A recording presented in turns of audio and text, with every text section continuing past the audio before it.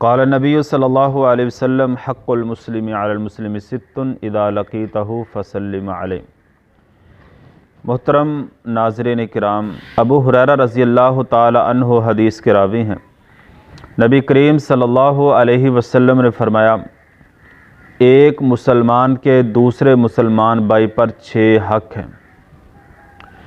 ان میں سے پہلا حق، جب بھی ملاقات ہو، جب بھی ملے، گلی میں، بازار میں، مسجد میں، گھر میں، جہاں کہیں بھی ملاقات ہو کسی مسلمان سے، فسلم علیہ، اس پر سلام کیا جائے، السلام علیکم ورحمۃ اللہ وبرکاتہ کہا جائے۔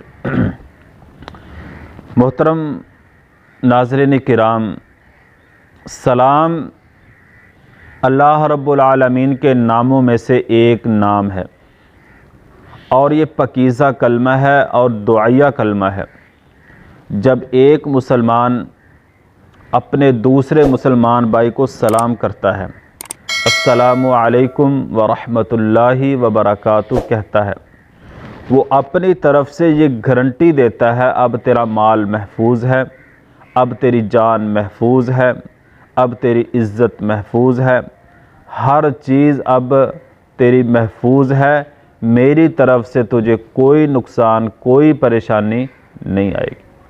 سلام کا مطلب یہ ہے، یعنی اللہ رب العالمین کی سلامتی ہو، اس کی برکتیں ہوں اور اس کی مغفرت ہو۔ سلام کو عام کرنا ہے۔ السلام علیکم ورحمۃ اللہ وبرکاتہ ہر ایک کو کہنا ہے۔ جب آپ نے فون سننا ہے تب بھی سلام کہنا ہے، فون کرنا ہے تب بھی سلام کہنا ہے، گھر میں داخل ہونا ہے تب بھی سلام کہنا ہے، گھر سے نکلنا ہے تب بھی سلام کرنا ہے، مسجد میں داخل ہونا ہے، مسجد سے نکلنا ہے، بازار میں داخل ہونا ہے، بازار سے رخصت ہونا ہے، جو بھی ملے، جس سے بھی ملاقات ہو، اجنبی ہو، اپنا ہو، بیگانہ ہو، کوئی بھی ہو، ہر ایک کو سلام کرنا ہے۔ جو بندہ ایک مرتبہ اپنے مسلمان بھائی کو سلام کرتا ہے، السلام علیکم ورحمۃ اللہ وبرکاتہ کہتا ہے، رب العالمین اس کو 30 نیکیوں سے نواز دیتے ہیں۔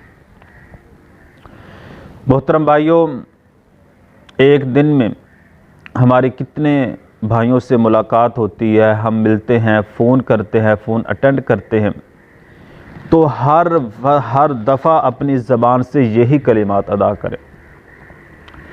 اور آج ہمارا المیہ یہ ہے کہ ہمارے نوجوان بھائی وہ صبح کے وقت گڈ مارننگ، دوپہر کے وقت گڈ آفٹر نون، اور شام کے وقت گڈ مارننگ، ہیلو، یہ سارے کے سارے الفاظ بے معنی ہیں، فضول ہے، ان کا اسلام کے ساتھ، دین کے ساتھ کوئی تعلق نہیں ہے۔